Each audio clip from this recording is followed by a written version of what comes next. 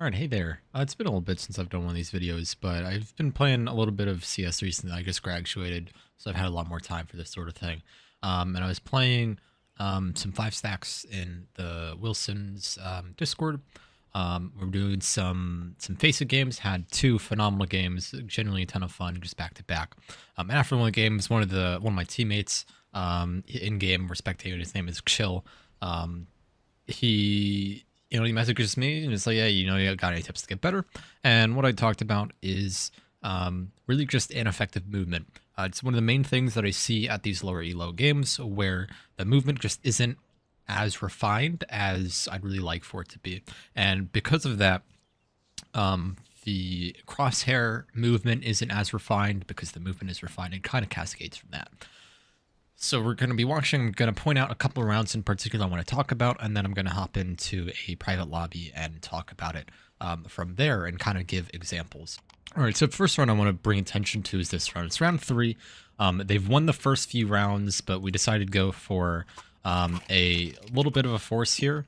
Not a full buy, but, a half buy. We forced the last round, and now we are recovering from it.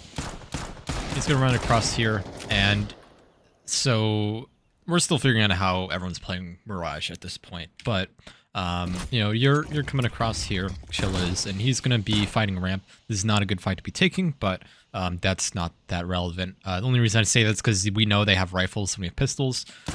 So here you are kind of standing in the open and not really able to get away from it, but you're able to, which is good.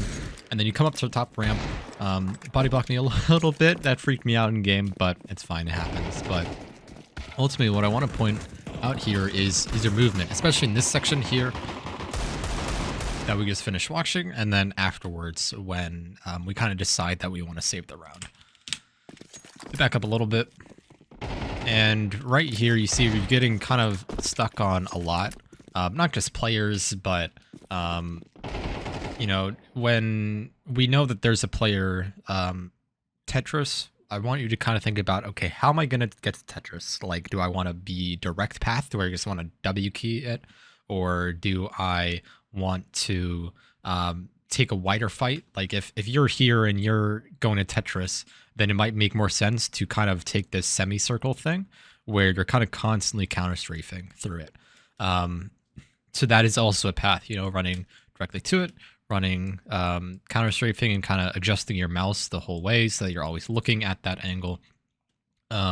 You can also do something really bonkers, like, go back to cover and then move up with cover, then cross, something like that. You want to think about, how am I going to do it? What makes sense here? And here, I think just kind of a direct path would be good, because we stuck Tetris. It's not likely that he's going to be swinging out up top, but instead, you kind of take this sort of diagonal path, and not quite a semicircle, but this kind of diagonal path, and it's kind of broken in two. And then you decide to come up onto balcony, and you go and kill him there. That's fine. You get his gun from that. Notice how in this section, your crosshair is not really looking anywhere too relevant, I guess. It's kind of floating. Right now, a lot of what you're doing is with your movement.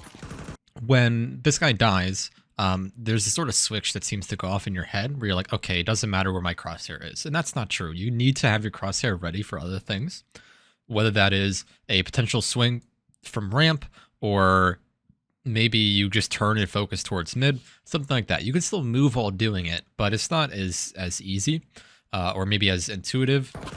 Look down, you get the pistol, and then after you get the pistol, that's when you think about ramp. And I kind of want you to think about ramp the entire time that you're coming up here. You come up top, and you should ultimately be a little bit slower with this. Stand where you are now first before you jump all the way up. You jump up and you get the kill. And then again, as soon as he dies, your crosshair starts free floating, and it's not really anywhere too relevant. When you swing past the corner, like you kind of are going a bit through the motions where you should be having your crosshair aimed down here, but you're not making a conscious effort to do that. You're not making the decision to do that. You're making the decision to have it in that general direction, but that seems like it's more something out of habit rather than something that is really drilled in there. Again, especially, you don't know where these other guys are. You don't know that there's one in con. You don't know that there's two in apps. I think we know they're apps in this point. I don't remember. But, you know, you get the gun, and the first thing in your head is, I want to get this gun. So come here, you get the gun, and even after you've gotten it, your crosshair is still floating a little bit. You see how it's not really like pointing at too much. It's just kind of anywhere that you feel it needs to be in that moment. And because of that, your movement is really suffering here. Without a plan in mind for where you want to look, you can't easily adjust your movement to it.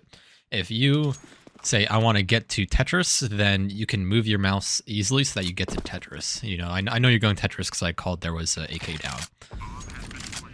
Then you want to get off of Tetris, but because your mouse is kind of doing whatever it is you want it to be doing, you get stuck there and you get stuck there along the way. And even while we're coming up, notice how your crosshair isn't quite looking at anything too important here. Like right now, what's it really looking at?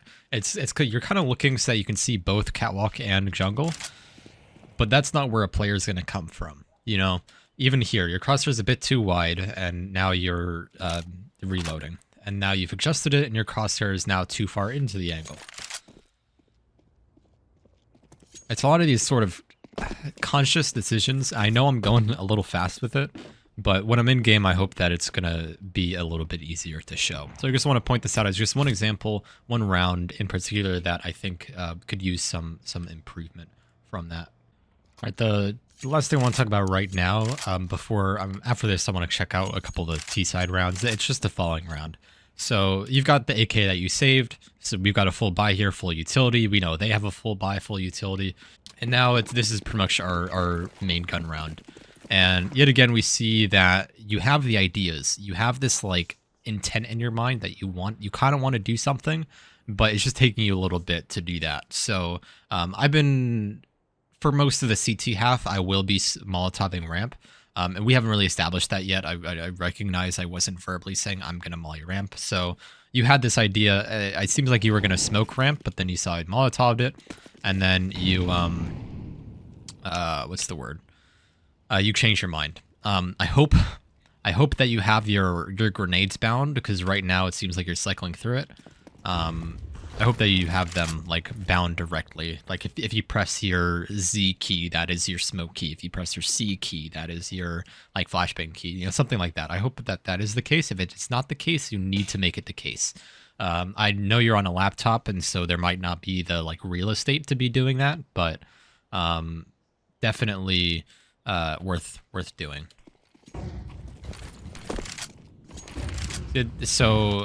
Anyways, after that, after I throw the Molotov, or I guess before you throw the Molotov, you have this idea in your head that I want to use this smoke, and that's a good idea to have, but you don't really have anything else like kind of going through your head while you're doing it. It seems the main thing is that you have in your head, I want to throw this smoke, and you kind of stop at nothing to throw it.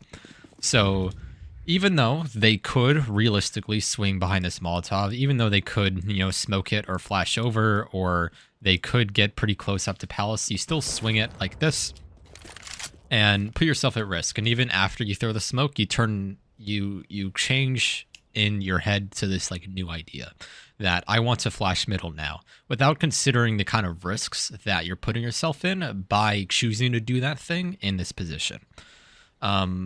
Now that you've smoked Palace, you immediately turn away from it, which is not good, because sometimes when you throw a smoke, that will cause them to aggress. They will aggress through it before it pops. And so you can't really treat a smoke like a wall. Well, you shouldn't treat a smoke like a wall at all, but you can't treat a smoke like a wall until after it's popped. And then you can start kind of treating it like one. If it's before it's popped, that smoke means nothing. So you do want to wait before it pops wait until after it pops before you start doing these things where you're putting yourself in the open like this. Anyways, now you've got this idea to flash middle. You throw that flash. It's not really a great flash. I'll show you a better one that just lands further up. And now we've recognized that this is a possible A execute. This could have been predicted had you been closer on site and been thinking about that more in terms of, looking to see the sort of utility that's coming along, waiting for the flashbang until it was either called for or until you were in a better spot to throw it. Because then you could use preventative utility here. But then, like we see here, you have this idea, I want to use this Molotov. We hear this execute's coming in, and you have this idea, I want to use this Molotov. And what you do is you swing out into the open with the Molotov. And you could just as well throw the Molotov over from stairs here. It'll bounce off the wall up here, and it'll land up front. It does give them a bit of space if you don't have the specific lineup that lands inside of ramp, but it's good enough. It's enough that it can slow it down. But anyways, you have this idea in your head, I want to throw this Molotov, so you risk yourself by throwing it in the open. And then now we're kind of set up for this site take, where we've got Scrappy is over in CT, and you're over here on stairs. And this execute's going to keep coming through.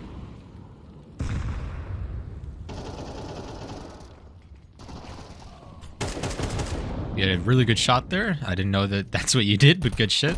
And then there we see that you have this idea. I want to jump across to Tetris. And once you get to Tetris, you don't really have the next thing on your mind. You jump there and you don't consider like someone could be there, or if they could be there, for whatever reason, you don't think that there's someone here. And this is a risk that you should recognize when you are taking this engagement, when you are jumping across. And ultimately, it does cost your life in this round. We do win the round, of course, because we're good and we clutch up this game. But those sort of risks or I guess I should say that a lot of this seems to stem from you take risks without really recognizing that they're risks, without considering the consequences of I guess the main question that I want to kind of drill into your head, or the main thought I want to drill into your head is, if I die here, what is the ramification? If you jump across the Tetris and you die, how does that affect the rest of the round? Here, it doesn't really matter that much. It sucks that you lose the gun, of course. It's never a good thing. But is the risk of jumping the Tetris, is that worth dying for? Because once you start to kind of put a value on these things, you put a value on what is the cost of doing this thing, then you can start comparing the benefit of doing it. Because the benefit is super obvious. Like, the benefit is you kill this guy and we win the round. Like, that's known already. That's something that you don't have to think about. It's something that you don't have to consider. But anyways, you know the benefit of doing that. And so when you think about how you want to do that, in your head, you're kind of evaluating what are the risks of everything I can't do.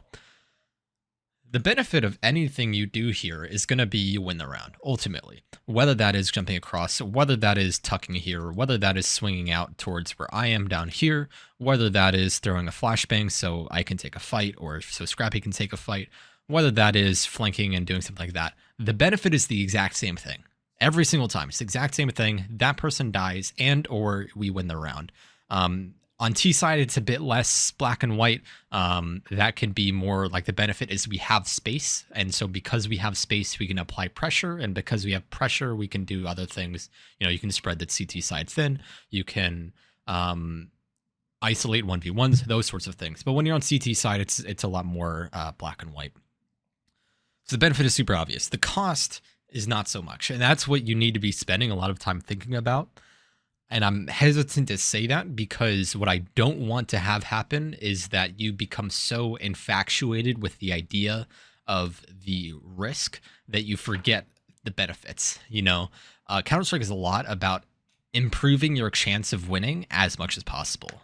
Your chance is never 100%. It never, ever, ever, ever is.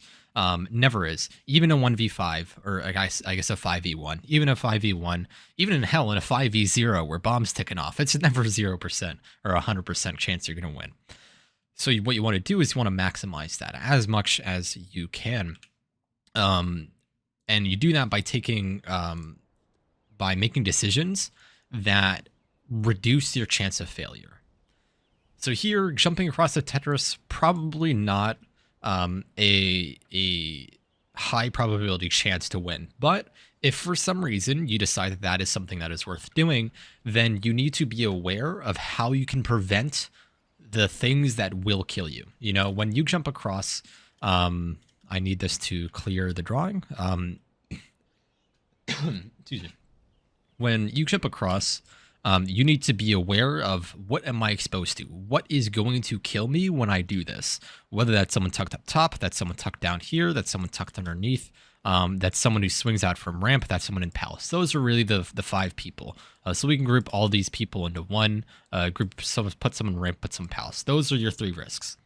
And so when you jump across, these are the 3 positions you need to be worried about. And so you really should be worried about someone Tetris first, and then probably someone Palace, and then someone on ramp, just by how exposed you are. You're very exposed when you're up top here to whoever is directly underneath you, so you need to be ready to take a fight here. You need to be ready. And so when you jump across and you're kind of looking towards ramp down here, then that implies to me that you weren't ready for a fight. You weren't expecting a fight. And you realistically should have if you are taking a risk like that. That's enough for this round. I'm going to go see if there's maybe a round or 2 on T side before we hop into the lobby, or into the private lobby. All right, this is one of the T side rounds. I don't think it's that great to show it, but it does have a couple things I want to talk about, and then I'll find another one after this. I know I'm yapping on for a bit, but I like to help people, so you're getting help. So I mean, there's some like nitpick stuff I could say here with just like how you're moving without anything, but it's not, I don't get too bogged down by the details. I just want to talk about when like important things are happening. Because I reckon like right here, this is movement that doesn't really matter. Once we start taking the site, or I guess you guys start taking the site because I died trying to lurk, I want to bring attention to your pathing. So you have Scrappy right next to you. I forgot we can move around now, which is nice. You've got Scrappy who's right here, who's going to be going towards Tetris. And you want to be able to support him as best as you can. And the way that you're really going to do that is by coming over here and taking like a path along this side. Because the 2 main reasons. 1, you have an SMG, and so that's going to be really good for clearing out under palace and on site because they're really close to these angles. 2, by extension, Scrappy has a rifle, and so he wants more of these longer range engagements where he can pick people off from a distance. And so you guys really complement each other. You can cover a lot of things that he can't, and he can cover a lot of things for you that you can't cover. Because, for example, when you come here under Palace, you need someone available to worry about, for example, CT or jungle while you focus on under Palace, because you're going to have your back turned towards it. Same thing for him. While he goes up on top of stairs, he wants someone to worry about Palace so that he can focus on stairs or jungle or CT or what have you, whatever his pathing calls for. Clev, by extension, is doing about the same thing as what Scrappy would want to be doing. Where he's taking this path. Really, when you take a site on Mirage, you kind of want, or I guess when you take anywhere, you kind of want to fan outwards, where you have one player taking this path here along this wall, and one player along this path here, in general. Just because when you are up against these like walls here, you have the wall protecting you, so you don't have to worry about what's behind you. And as well as geometric advantages, it's better to be farther from an angle. So it's better to be taking a fight on someone from CT if you are like back here compared to up here for geometric reasons. Ultimately, the path you should be taking is here under Palace, because what happens is you guys get so stuck over here by Tetris and by stairs that you just get pinched because you aren't able to split out enough. And so I'll look at your movement here, and your movement is kind of right up against Scrappy. You've ran into him a couple of times. You've kind of gotten in his way, and now you need to figure out, how am I going to get anywhere? You don't really need to reload here. You still have 18 bullets, but it's okay. And now you're just kind of lost in the smoke. You've got Scrappy behind you who was trying to just do something. Trying to see if he could open anything up, but unfortunately wasn't able to. And what I kind of want to see here... Oh yeah, I remember. Scrappy just got bullshit through the smoke. That makes sense. I thought he was going for a peek here. I remember this round, though. He got so bullshit by that. But, yeah, so I want to see your movement to kind of fan out more. Because the goal here is that you want to take the A bomb site, and there's many ways you can do that. But again, just like on CT side, where the goal is I want to kill this person, and that goal is going to be the same. Here you have a lot of these smaller goals along the way. You have I want to take the bomb site. I want to get an entry. I want to hold the bomb site. I want to support my team while we kind of fan out. You have a lot of these like compartmentalized goals, these little goals that build up to the bigger goal that are a lot more bulleted, I suppose, than the than something on CT side. There's a lot more nuance to it. Right now, you want to be applying pressure. The pressure is what is needed here, because right now you two are the ones being pressured. You two are the ones who have to take the space. And your movement can support that, because your movement will kind of force you to take fights. It will force you to do things that you are set up better to do. Because if you are up here and you are in sandwich and you want to clear under palace, you can't do that with a Mach 10. You could, and you kind of did, but it's not necessarily ideal. And again, I want to mention that your goal is to maximize those percentages. How you maximize it is up to you to decide in the moment, but you want to maximize those percentages. And so if you decide I want to take the bomb site and you have an SMG, you look at what you have available to you. I want you to think, what can I do that has the highest chance of winning? Because that changes depending on what gun you have. That changes depending on what utility you have. If you want to take the A bomb site and you've got an op, then you can take a pretty direct line. You know, you can take a fight, you can wait and sit for someone ticket to swing, pick them, and then you can just take one-on-ones like that, and you can take it that way. But if you have something like an SMG, you can't do that. You can't just sit here and tap with an SMG against someone who's in ticket booth.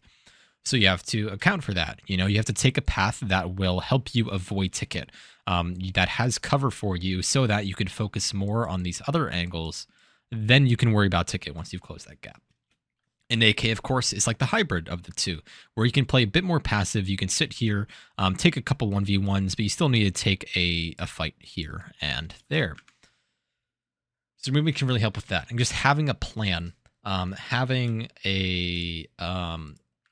an effective plan in mind gives you so much more direction.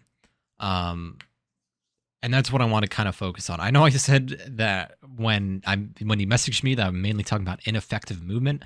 That is more of a side effect of having these, of not really having these plans in mind, or at least not considering more of the full extent of them. And it's really hard to think about these plans, but as you get better about thinking of these plans, you get to a point where you don't have to think about the plans, where you get closer to like my shoes, where you just do the effective thing out of habit, and you free up your brain to do a lot of more of these minute things, a lot of these more like hyper optimized things, where I can increase my chance from 60% to 62% and like those sort of things. That's not what's important right now. Right now, I want to focus on getting you from like 50 to 60, getting these really big jumps. And then later on, you can worry more about these like fine details. Anyways, I think I'm going to jump into a private lobby now and kind of try to show some of these things that I've been talking about. Maybe I can hop on to a couple. All right, so we're going to start on CT side. I guess I can buy everything. So for one, I hope you have grenade binds. You can see on the left, where am I pointing? Up there, that I have my binds. So you can see my Z is my Molotov, X is my smoke, C is my flashbang, V is my grenade.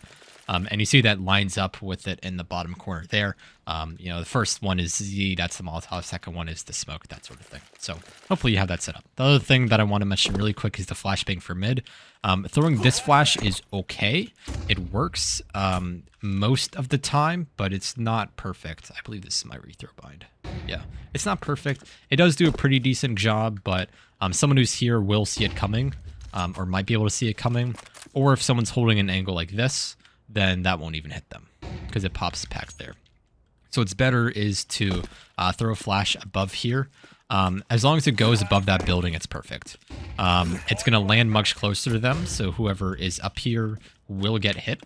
And they will get hit for much longer. As you can see, I get way more pale. And it also lands in a spot where someone who's holding like this is going to get hit as well. And even someone who's holding something more like this is likely to get hit. Not for as long, but it's just generally better. That flash is also a bit better for someone who's like fighting window here because they don't have to worry about it. If they're pushed up like this, they might get hit by it still. But the reason you throw it behind or using this building is that this building gets in the way. If you throw something like this, then that has a chance of hitting your teammate because it's no longer getting covered by this building up here. That's all for that. The main stuff about the movement. So there are these kind of invisible paths throughout the entire map. And generally I said there was 2, but there's really 3. There's the close path, there's the direct path, and there's the wide path. Generally speaking, you want to be sticking to a close path or a wide path, at least when you're on T side, but when you're expecting to take an engagement or when you think there's going to be someone, you probably should be on a close path or a far path. If you are just going somewhere and you don't expect there to be a fight, then you just take the direct path. If I want to go to market, I'm going to take the fastest path there because why would I do something else? There's no reason I'm going to see someone else, so I don't need to worry about how I'm perceived, how someone might see me. The close path is good because it lets you slink up to a closer angle without being seen. And the far path is good because, as I mentioned earlier, geometrically speaking, you want to be as far from the angle that you're closest to as possible. So when I say the angle that you're closest to, I'm talking about here. My closest angle is essentially in this box here. While I'm here, my closest angle is by this box. While I'm here, my closest angle is essentially this box. It gets a bit hazy when you're at these farther distances, but you want to be it's better if I peek from back here than it is if I peek from up here. Just for geometric reasons. I don't have a good diagram for it, but this is just generally true. And so that's why it can make sense to take the outer path. But you also can't be going up against the wall like this for this outer path, because then my speed is not in a great direction. Ultimately, you want to be able to take a fight where you are moving perfectly perpendicular to the angle. So if we have an imaginary line here, and we draw the line I was moving across, you see we've got a right angle here, we've got a right angle here, and you want to be moving along that. If you are at an angle, then some of your speed gets kind of split weirdly, and you aren't moving horizontally along this line as fast as you are, or as fast as you can. You can move about 250 units per second, give or take. It's more like 200 when you have a gun out. It's better to move perpendicular to this line that has now disappeared. It's better to move perpendicular along this line than it is to move diagonal or some weird shit like this, or to kind of be jiggling for a weird angle. It's just better to be moving along this line when this is the angle you want to fight. So you kind of draw an imaginary line between the angle you're fighting, where you are, and you move perpendicular to it. That's the main way that you want to be trying to take fights. And so your movement needs to account for that possibility. So if you're coming up along this wall here and you expect to see a fight here, I can't move perfectly to the right because I'm going to get nudged by this wall. If I draw the line back here and I draw this, where I was standing, I can really only move left. And then if I move right, I can only move until I'm back on the angle. And if I go further, then I get pushed up. And so you have to be able to account for that when you're taking a path. So what you'll see is you'll have people kind of move up here, and then they'll kind of zigzag along this line, or they'll go out and then in, out and then in. And that's kind of the main thing that you'll see, because what you're doing is you're moving forward, using this as cover, and then when you're ready to take the fight, you do the full counter strafe into it. And then when you know it's safe, you can kind of move behind cover, move back up, and then come back out and move between the angles like this. So when you're expecting to take a fight, this kind of zigzag movement is really kind of the best thing you can do. I can show it's even easier to show on something like apps on Inferno, where it's just a long straight corridor. But then when you're something like this, I can move like directly here. I'm not expecting to see a fight because if I see someone here, I'm not going to see them more when I'm back here. I have like the angle coming up to me to cover me. And so you can just kind of take this straight path here. And the reason I say this is not the direct path is because, well, it's not. Like, you're still have to move sideways. And so when you're ready to take a fight, then you can do this, like, counter strafe stuff here. And kind of, like, move along the wall. And this is something that I can show on one or two other maps as well. So when you have an idea in mind and you want to think about how am I going to do it. So let's imagine we've got this person sitting in Tetris right here again. It's the pistol round and you want to figure out how am I going to get here. You have this close path where you kind of lurk up and you can hold another angle. You can say in your head, I know there's someone Tetris, but because you have the map geometry here, you have that like protecting you. And that's what using this like close path is for. And then when you're ready, you swing out and you kill him. And because you're close to the angle, you appear to move faster than if you were further back. Or you can take this kind of far angle where you kind of slink along. You aren't sure exactly where he is, so you're moving a bit slow. But you notice here how I'm, if you look at my keyboard up top, I'm pretty much exclusively using the strafing keys. I'm adjusting like this, where I'm moving into cover more so that I move closer. But I'm almost exclusively using my counter strafe keys here when I'm taking a fight. As I mentioned, you'll notice I'm using, WA and S and D when I'm like moving in and out of cover or like moving into cover more. But that is so that I can set it better for this kind of counter strafe thing here. And this is kind of the circle thing that I was mentioning at the beginning.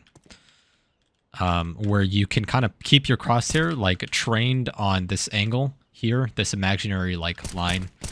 If you imagine this kind of like beam coming up from this point here that goes all the way up, I'm keeping my crosshair like on this imaginary pole that's like between here and the angle. That's for the main stuff for CT side. Didn't really play too many other spots, so I might load up into another map and edit that in. But on T side, your pathing really needs to rely on that like 3-path theory that I was mentioning. So, when you're in spawn, you take the most direct path to wherever you're going every time. There's no reason to not to. Up until you're at a point where you're like expecting to see somebody, you take the most direct path. And now this is when you just start thinking about what are the risks. Do I want a fast peek here because I expect someone close? Or do I want a wide peek here because I am expecting like a further fight and you need as big of an advantage as you can get? And both things can make sense. If there's someone close, you can catch them off by a close peek. If there's someone far, you want to take the fight, you can kind of even it out by being further from the angle. So if I have like a jungle smoke here, and I want to take the site, then I can kind of take these like, these angles and focus a lot more on them. I don't have to worry about someone who is sitting like stairs or maybe under stairs or jungle because I have that smoke, or because I have someone who is over here and able to support me from that. So while I was going through here, I exposed myself to a lot at once. I exposed myself to the least I possibly could because I had this like wall here to like cover my back essentially. Like if I'm moving here, I have this wall like behind me, so I don't have to worry too much about it. It's easy to show here, but someone who's here, they can cover different angles that I can't cover when I'm walking out under palace. They can worry about sandwich, they can worry about ninja, they can hold maybe a little bit of CT, they can swing out and cover jungle for you, so that they can hold jungle while I'm worrying about under palace, for example, or they can clear catwalk or stairs and do things like that. And so these two paths really complement each other. And so what you don't want to do is go up the middle, because now I've exposed myself to like both angles or both problems at once. And that's the main thing that I see on a lot of people's T sides, is that they don't pick a path. And when you pick a path, you don't want to be changing paths ever, really. You don't want to be over here and then decide that you're going to go across to here, because the whole way along the way, you're exposing yourself to a lot of different angles. If you watch, I believe it's Seal's Vertigo demo. It's one of the last ones that I did. I have a section about this that I highly recommend checking out. It is right here. So it's at 1430. Or I guess it's at 8:02. So in this video here, I talk about it pretty early. Starting about 8:02, I talk about this concept of lanes, and I talk about it for about 10 minutes. So I highly recommend checking it out. I think it does a pretty decent job here, and it shows, it gives an explanation on Vertigo. I'm going to go ahead and switch to Inferno, because I think that halls or apartments is a really good place to showcase this kind of like pathing. Let's say I want to take apps, and you're like, okay, what the fuck are the paths here? You know, it's a hall. It's a skinny ass hallway. Like, what the fuck can I do here? And you do have paths. You have a path along this wall. You have a path along this wall. You have a kind of shitty one in the middle. And those are really the main ones. So you're only expecting someone to come from this angle on the left, but also you might want to be able to like take an engagement on someone on the site. So when you come up with this path, you've got two choices. One, you kind of slink up along this edge. It's not ideal because, as you notice, I'm holding W this entire time. And this isn't ideal because counter-strafing when you're holding W is really hard. You have to like hold your middle finger flat, or maybe you have to use one of your like index or ring fingers to like to counter-strafe, and that means your left and right movement isn't as good. So it's not ideal. So that's one path. Your other path is essentially the same thing, where now you're holding W and D while you're slinking up. And it's like, well, you know, shit. Like, what the fuck did Navet say about, like, going up? You know, he said this inner path is good, or he said this outer path is good, but how the fuck am I supposed to do it when it's this really long hallway? And you can't just, you know, do this weird circle thing. You know, it's not really a thing that's feasible. So you have to do this kind of zigzag thing I was talking about, where you go up and then you counter strafe, and then, it's a bit easier on this outer path, or I guess this inner path, where you go up, you slink along this wall, you counter strafe out, make sure it's clear, and then you come back in. And then you slink up a bit more, make sure it's clear, and then you come back in.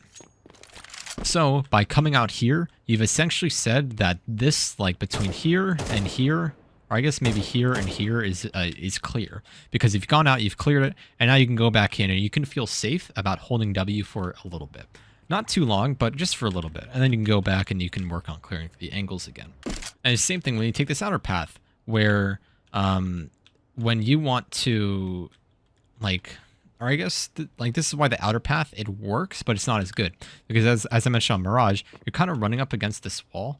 And if I hold W, you see I'm drifting. That means I'm not, like, you know, I'm not perpendicular to the wall. I'm drifting a bit.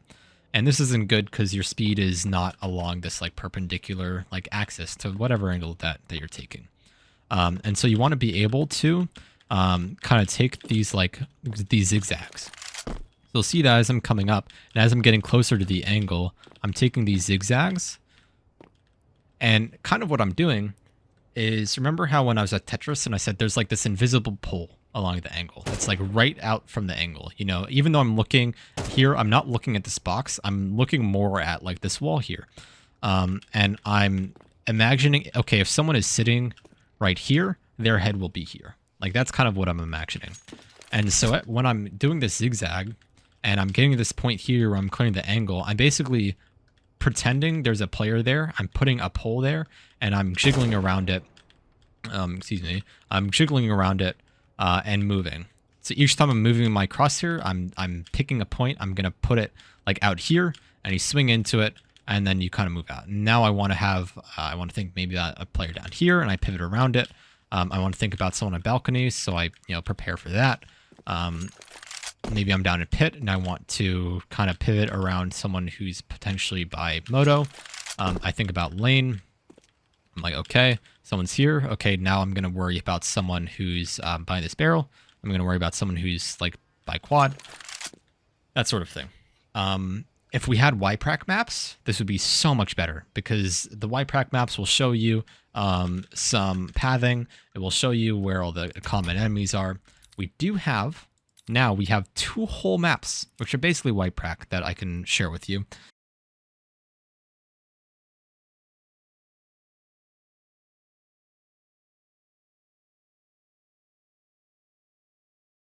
But if you go to the Wilson server and you go to gameplay feedback, you create a new post here, title it whatever you want.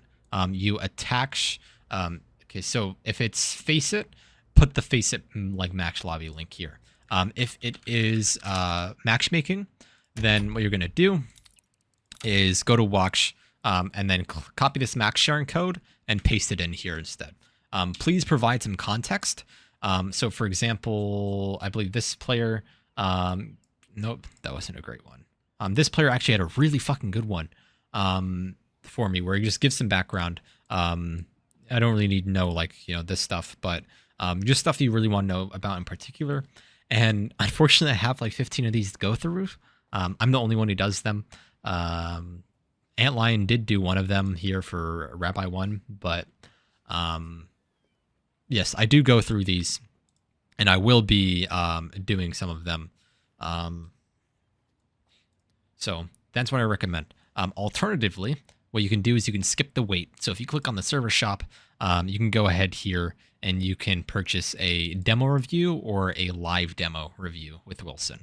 I really like the live demo review because what you can do is you ask him questions and he will ask you point blank, why are you doing this? And you will have to sit here and answer why you are doing this. If you have the money to spend, very, very, very, very high quality stuff, very good stuff. He's much better at the game than me. So he has a lot more insights that I personally don't have insights in. If you check out my playlist, you'll see all the other demo reviews I've done. Highly recommend it. The way that I do it is usually for the first, about half an hour, I'll be talking about what the key points are. And then after that, I will go into the play-by-play stuff. So even if you don't really care about these demos that other people submit, you can still find information in that first 30 minutes. I put chapters in so you can look in the description, see the timestamp, see, is this relevant to me? And then if it is, you watch it and you can get my input on that. But if you want to skip the wait, definitely purchase one of these. Way better than mine in terms of the information provided. My production value is higher. Sorry, Wilson, but way better than mine if you're looking for that sort of information. Anyways, thank you for sticking around for what's probably 45, 50 minutes now. Oops. Have a good one.